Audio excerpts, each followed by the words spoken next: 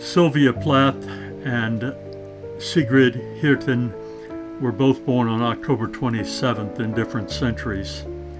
Both created great beauty, Sylvia Plath with words and Sigrid Hirten with visual art. Both suffered from mental illness, and their beauty lives on. Though they suffered, neither resorted to gun violence.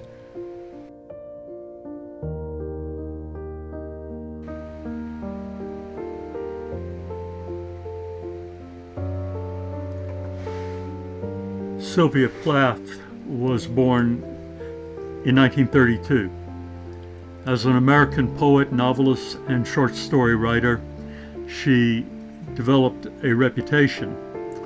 She died in 1963 as a result of clinical depression at the age of 30.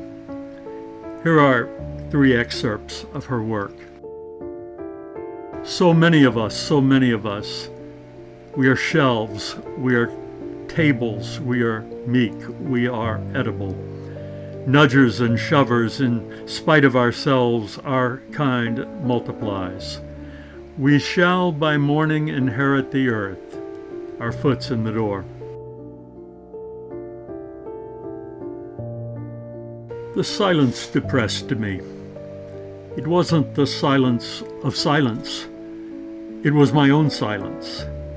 I knew perfectly well the cars were making a noise, and the people in them and behind the lit windows of the buildings were making a noise, and the river was making a noise. But I couldn't hear a thing.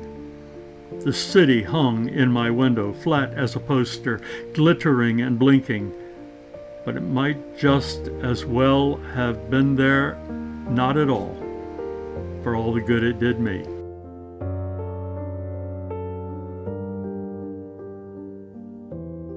Dying is an art, like everything else. I do it exceptionally well.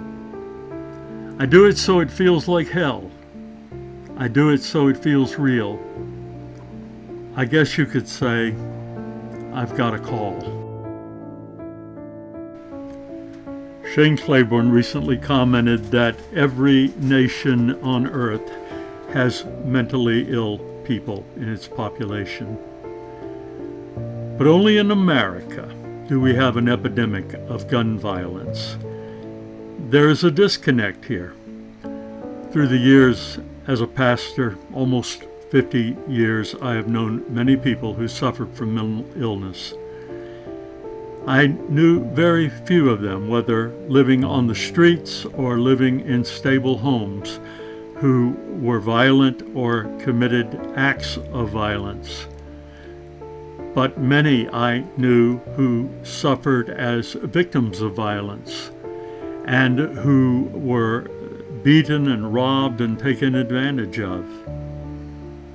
Likewise, I knew many who were creative, beautiful, and very spiritual souls.